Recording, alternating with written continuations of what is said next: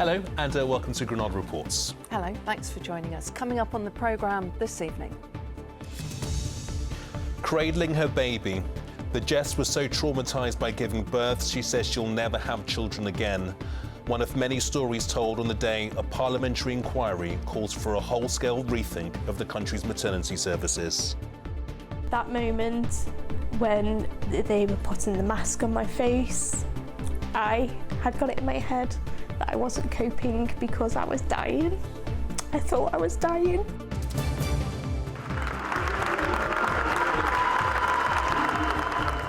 For the love of Joe, how Rochdale rallied to help one of their own, Joe Thompson, the former player who's revealed he has cancer a third time. Back on the river where she saved almost 250 lives, the lifeboat finding a new home on the Mersey. Every time is special, you know, every time you walk in Studio 2, it's even like the smell of it. What happened when two legends of the Manchester music scene came together, the bittersweet story behind Blitz Vega. And it's been a rather unsettled day with further showers of rain. I'll have the full forecast later in the programme.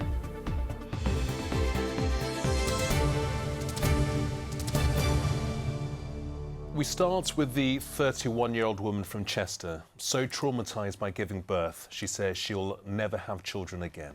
Yeah, looking at the first pictures of Jess Jones with her little boy, you'd never realise the ordeal that they'd just been through. Jess has been giving evidence to a parliamentary inquiry which is now calling for a national plan for maternity services. The inquiry found there was a postcode lottery. It said women are often treated as an inconvenience, while poor care in maternity units was frequently tolerated as normal. The Health Secretary says she is determined to improve care for women during pregnancy. Tonight we also hear from another mum who chairs the Birth Trauma Association. That's after this report from Lauren Ostrich. Smiling, laughing and playing together. The perfect life Jess always imagined with her son Charlie. But 4 years ago that dream seemed almost impossible. Jess's waters broke at just 13 weeks and Charlie was given a 2% chance of survival. Explain to them, I've decided I want to continue with my pregnancy. I have this gut feeling that I can do it. After an already terrifying pregnancy, Charlie arrived 8 weeks early and by emergency C-section. I think I physically grabbed someone by their arm and I said, please tell me, is this normal? Because I feel like something's going wrong. It was just like I was just palmed off. It was, oh, you're fine. And it's like, well, I'm not. I'm really struggling here. I just need someone to just sit with me. Just explain to me what's happening. Where's my baby? What's going on? It did get to the point where they did put me to sleep in the end because I wasn't coping. I thought I was dying. Oh, sorry. Jess is not alone. 30,000 women across the UK have suffered a traumatic birth, an issue which is now the centre of a damning report. The Birth Trauma Inquiry has heard harrowing evidence from more than 1,300 women, many from the northwest. Some say they were left in blood-soaked sheets whilst others and their children suffered life-changing injuries due to medical negligence. We deal with those cases that meet the threshold for them to enable them to bring a claim. So there might be more vulnerable members of society, people who are neurodiverse, people who, where English isn't their first language. And we see some of those individuals, but I imagine there are lots that we don't see. Campaigners are now calling for an overhaul to maternity care in the UK and are pushing for the government to commit to 12 recommendations. Those include an end to the postcode lottery on perinatal care, a new maternity commissioner who would report to the Prime Minister, and the government to publish a new national maternity strategy. We're already implementing around 5 of those, so we're halfway through meeting the report's recommendations. The others we will look at very seriously. I know the Secretary of State has made maternity services her Year 2 priority of the Women's Health Strategy, and so we will respond very, very quickly to this report, but the majority of those findings we're implementing already. A spokesperson for Liverpool Women's Hospital, where Jess gave birth, has today said sorry for not meeting the high standards they expect adding that they are working with the inquiry to improve patient experience. But for many like Jess, it's too little, too late. I feel I was failed. My ambition was to always have about 2-3 children. That was always my dream. After what I've been through, it's taken that away from me. Well, Rachel McGrath is at Westminster for us now. She's been in London today for the publication of this report in her capacity as chair of the Birth Trauma Association. Rachel, good to talk. A very powerful report with some really strong messages about what needs to happen now. How confident are you that any of these recommendations will become a reality? I mean, we have to hope. That's all we can do. We've put our heart and soul into making this report. The people who've submitted their stories and the terrible things, the life-changing things that they've been through their adverse childbirth experiences. We have to hope that this does make a change because it's well overdue. And I heard a statement from the Health Secretary earlier, and it was somewhat sort of, you know, we're doing all of this stuff already, and we are trying to make changes. But unfortunately, those changes aren't actually being rolled out, perhaps as they should be at this stage. So it needs to be something that is done nationally, and it is done as a matter of urgency. And Rachel, we've heard so many of these terrible stories today. How have we let maternity services fall into such a state? I mean, it's constant years of underfunding. It's a workforce that doesn't feel valued or supported. You have these wonderful midwives who are putting in, the Royal College of Midwifery has identified that really amazing midwives are putting in 100,000 hours of unpaid work every single week to keep the maternity system afloat. And yet there is such compassion fatigue within the healthcare professionals because they're tired, they're broken. We are not rewarding and supporting them, and so we're not retaining staff as we should. You mentioned constant underfunding there. I mean, do you think it is just funding, or is there more the NHS could be doing within its existing budget? Kindness and compassion cost nothing. I don't believe it's simply down to funding. I believe there are cultural issues within some hospitals that need addressing. There are wide-ranging, a lack of trauma-informed care training and a real lack of, there's so much that needs to change. It's very difficult to put a finger on, but the constant themes that came up again and again throughout the inquiry were poor communication, failure to listen. There is a lack of pain relief. This isn't just about, you know, money. This is about putting care and compassion back at the top of the tree. Why are nurses and midwives having to pay to go to university? We should be taking those fees away and putting them back on a bursary system. It shouldn't be that you're entering a profession that you're going into for caring. You're not necessarily well paid, and you're entering it with thousands of pounds worth of debt. And so we are entering a stage that things do have to change. And Rachel, just briefly and finally, I'm a bit concerned about women watching this who are pregnant at the moment. Fair to say that for many women, the experience of giving birth can be a happy one. Absolutely, yes. It is true. Women are not stupid. We need to educate and inform that emergencies and trauma can happen. But most women, and I say this with absolute conviction, most women do have a very positive childbirth experience. It isn't all doom and gloom, but it is something that we need to address. This is not a drop in the ocean. The Birth Trauma Association has almost 18,000 members. It isn't something that's going to go away. I suspect it's going to get worse, but we need to celebrate good care and great practice when we see it. Rachel, appreciate your time. Thank you so much. Rachel, appreciate your time. Thank you. Thank you. Well, let's start a new campaign to get drivers to slow down and take more care. It features images that have been designed by a 10-year-old boy. His mum and her unborn daughter were killed by a motorist who was speeding and using his phone. Yes, Tommy was in the car with his mum, Frankie Jules, half a year ago today when it was struck on the M66 in Bury. He was left in a coma, along with his cousin, who was also in the car. His mum and her unborn daughter, Neve, both died. The family have been taking part in a fundraising walk to get their message out there. Jennifer Buck has more. It's a walk of hope after a year of loss and sadness. led by those who loved Frankie the most. My name is Tommy and I am 10. Tommy was with his mum, brother and cousin on the hard shoulder of the M66 when a speeding motorist ploughed into them. Days later, 38-year-old Frankie and her unborn daughter Neve died. Now her family and friends want to educate others about road safety.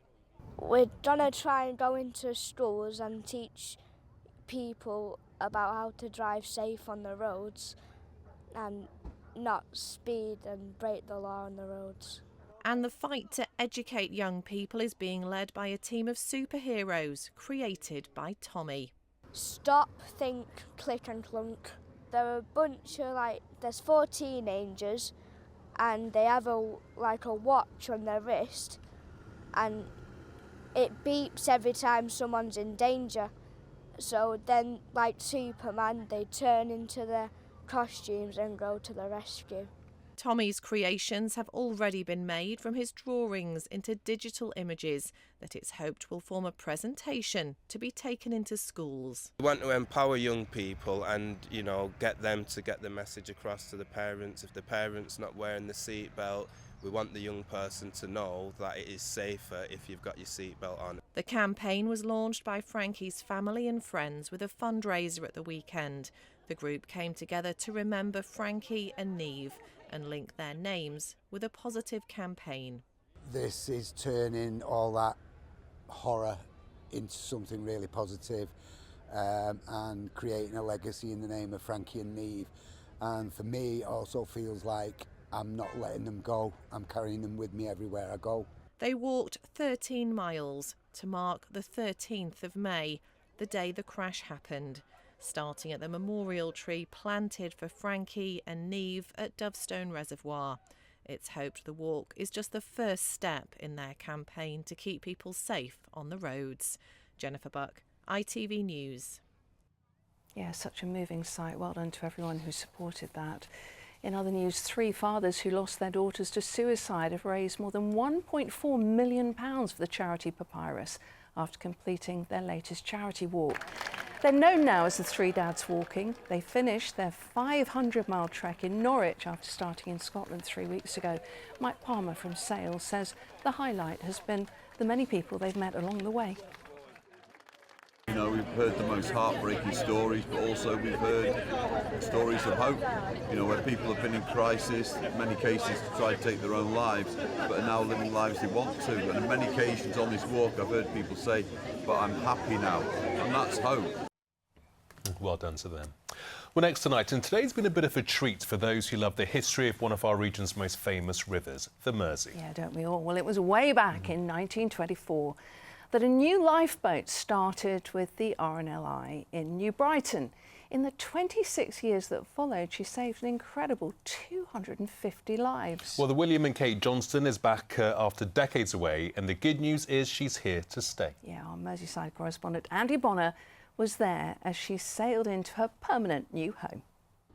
Yes, what a very special view on the River Mersey today. 200 years after the start of the RNLI and 100 years after this particular vessel first came into service. Sailing up the Mersey again after decades. Let's speak to a couple of the directors from the Preservation Trust. Tristan, first of all, how did all of this start? So last summer we became aware of the vessel being abandoned down in Gosport. National Historic Ships UK stepped in to put an expression of interest out to see if anyone could save her from being scrapped, and we sort of jumped in there. And you're both current serving RNLI crew? That's correct. So we're both, Connor and I, serving crew at RNLI New Brighton, which is where the William and Kate Johnston served for all that time. Okay. Connor, tell me about, you had to fundraise just to get to this stage, haven't you? Yes, that's right. We had a phase 1 kind of fundraising pot, which we put out to to friends and supporters and local businesses and all the rest of it. Raised maybe just over £10,000 to save her from the south coast, really not from the south coast, so to speak, but to save her in the sense of getting her back up here, back on Merseyside, where her natural home is, and that was transport by road as well, because unfortunately she was in no state to come under her own steam, and that's looked after some initial kind of restoration and maintenance for us, and now we are where we are, which is exciting. Yeah, how important is it to get her back on water again on the River Mersey as well? I mean, it's special, isn't it? Absolutely. That was kind of the driving force behind it for us all, was getting her back onto the Mersey where she belongs. Today's we think a really important moment of maritime history for the Mersey. She's in service from 1924 to 1950, so it's years and years after she was last in service here. So to see her back on the water up in the northwest is fantastic. Tristan saved a lot of lives, didn't she, during that time? Yeah, so she launched 96 times, saving 248 lives, which is quite an incredible sort of service history, really. And the idea really is to get her into a museum, or get her somewhere where everyone can see her. Yeah, so a working museum piece, working on the Mersey that we can use to talk about a splendid history, run for community groups, show them a bit of the local history of the Mersey and its maritime past. All right, well, we wish you the best of luck with it. There is still an awful lot of money still to raise, but fingers crossed she might be seen out in public in just a couple of years' time. Thanks, Andy. Well, on to sport now. Many issues to be decided in the football world, but one thing is for certain. Both FA Cups will spend the next year in Manchester, Chris. Yes, we've got that Manchester derby in the men's final next week. Manchester United claimed the women's FA Cup in impressive style at the weekend. They hammered Tottenham 4-0 to lift their first major trophy in front of 76,000 fans at Wembley. David Chisnall was there too.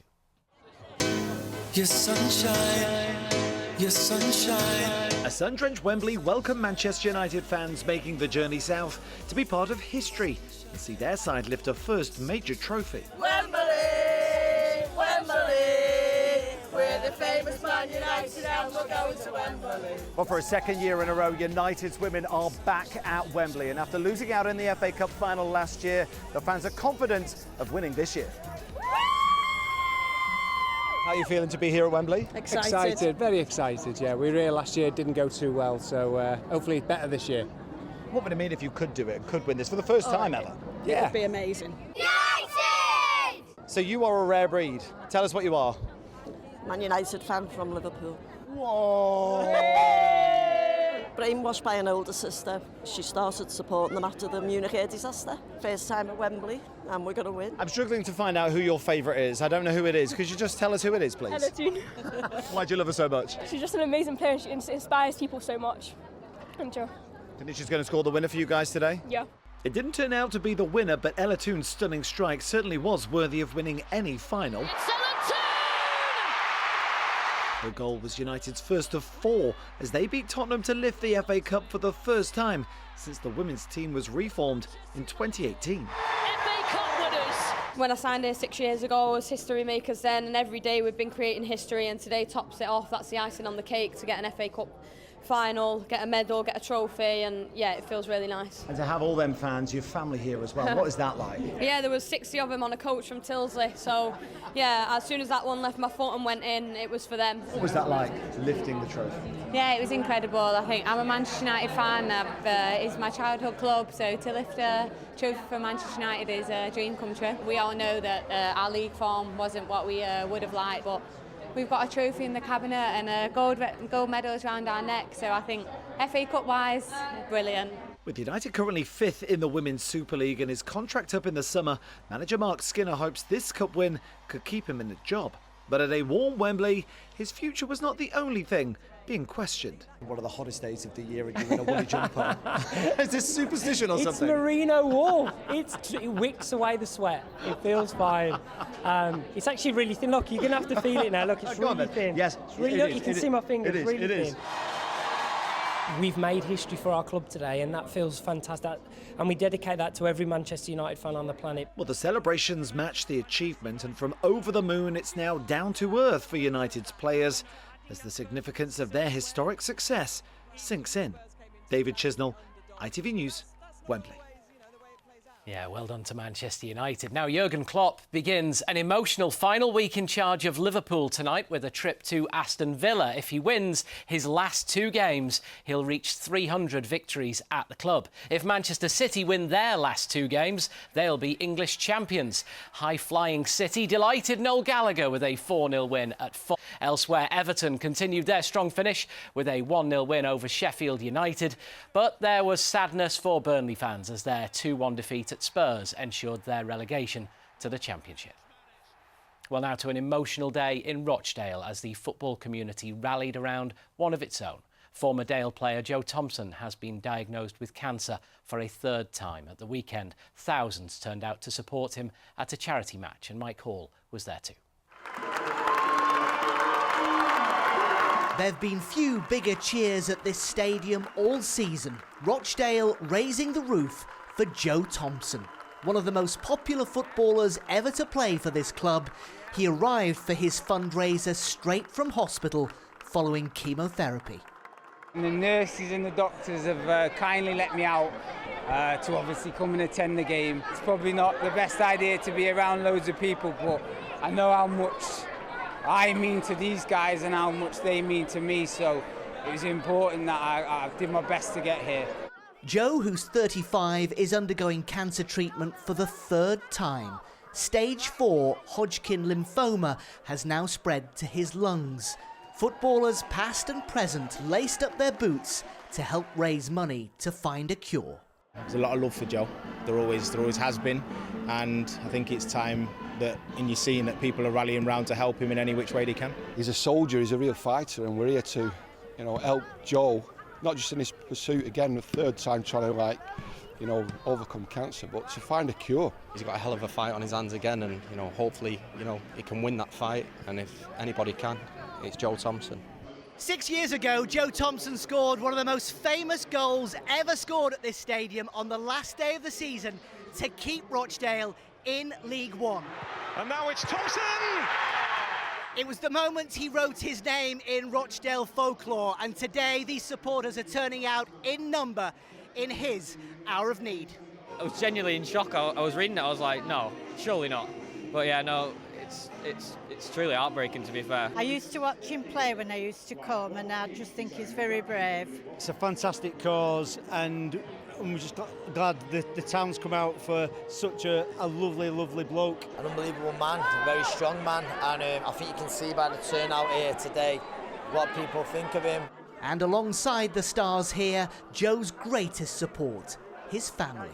They're often the ones that suffer the most, the ones that are watching, and they're the closest to you, and I know every one of them would swap with me in a heartbeat, but I've said before, if I have to go through it, I will go through it, and I will get through it.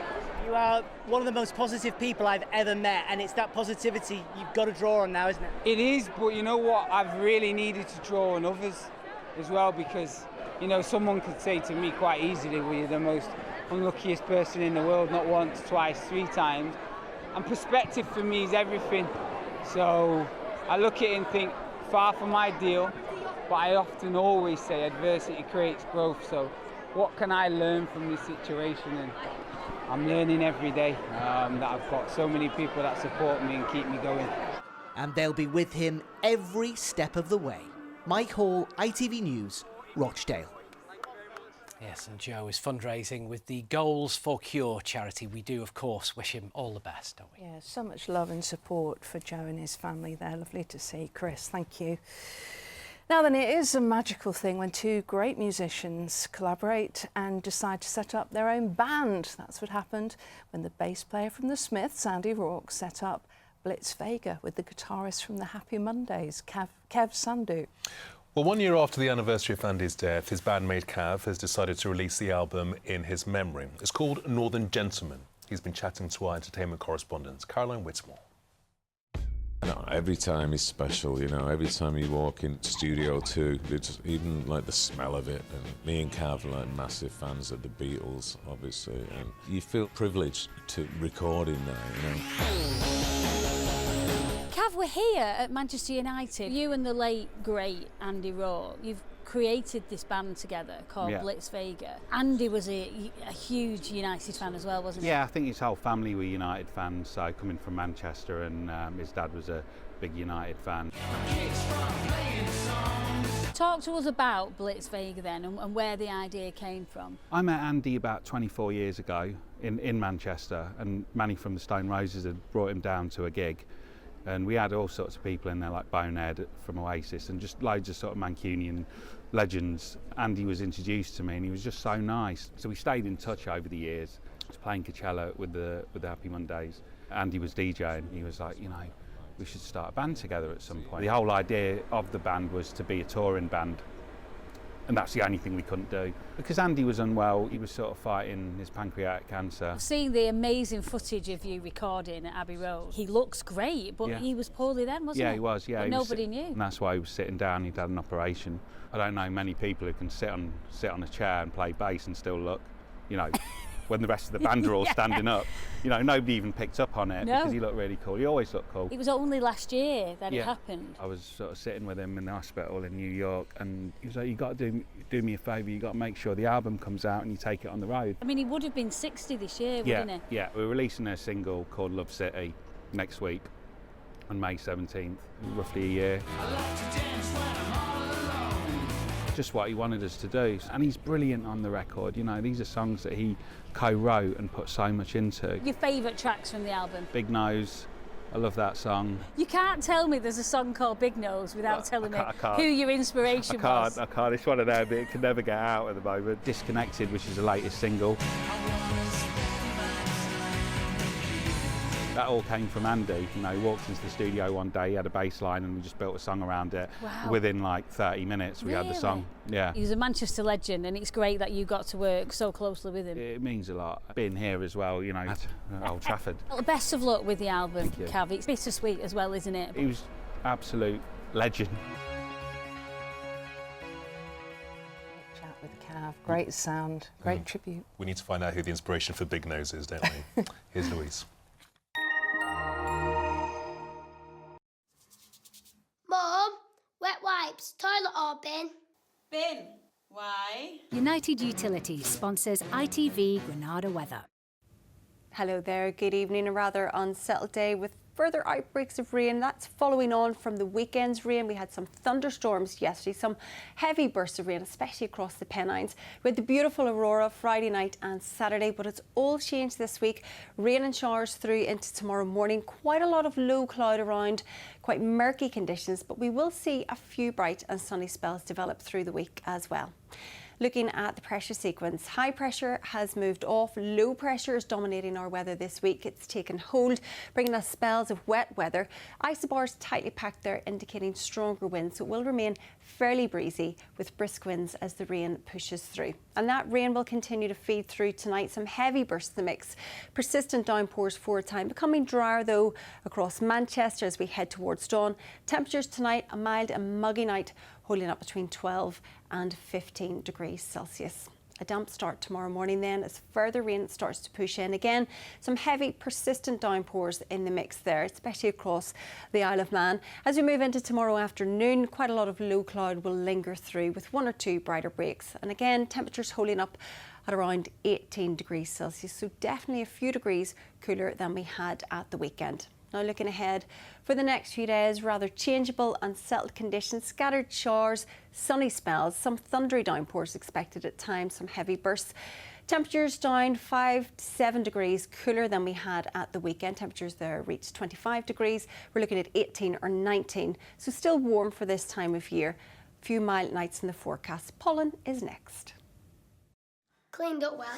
United Utilities sponsors ITV Granada weather.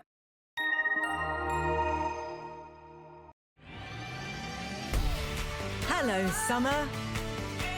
Piri sponsors ITV Pollen Count. And due to the unsettled weather, pollen levels will remain low for the next few days. Good news for hay fever sufferers. That is the very latest. Have a lovely evening. Bye-bye for now. That lovely sunny weekend was too good to last, wasn't it? It's like you get punished every time you have good weather. That's what you deserve, bad weather, because it's nice and sunny.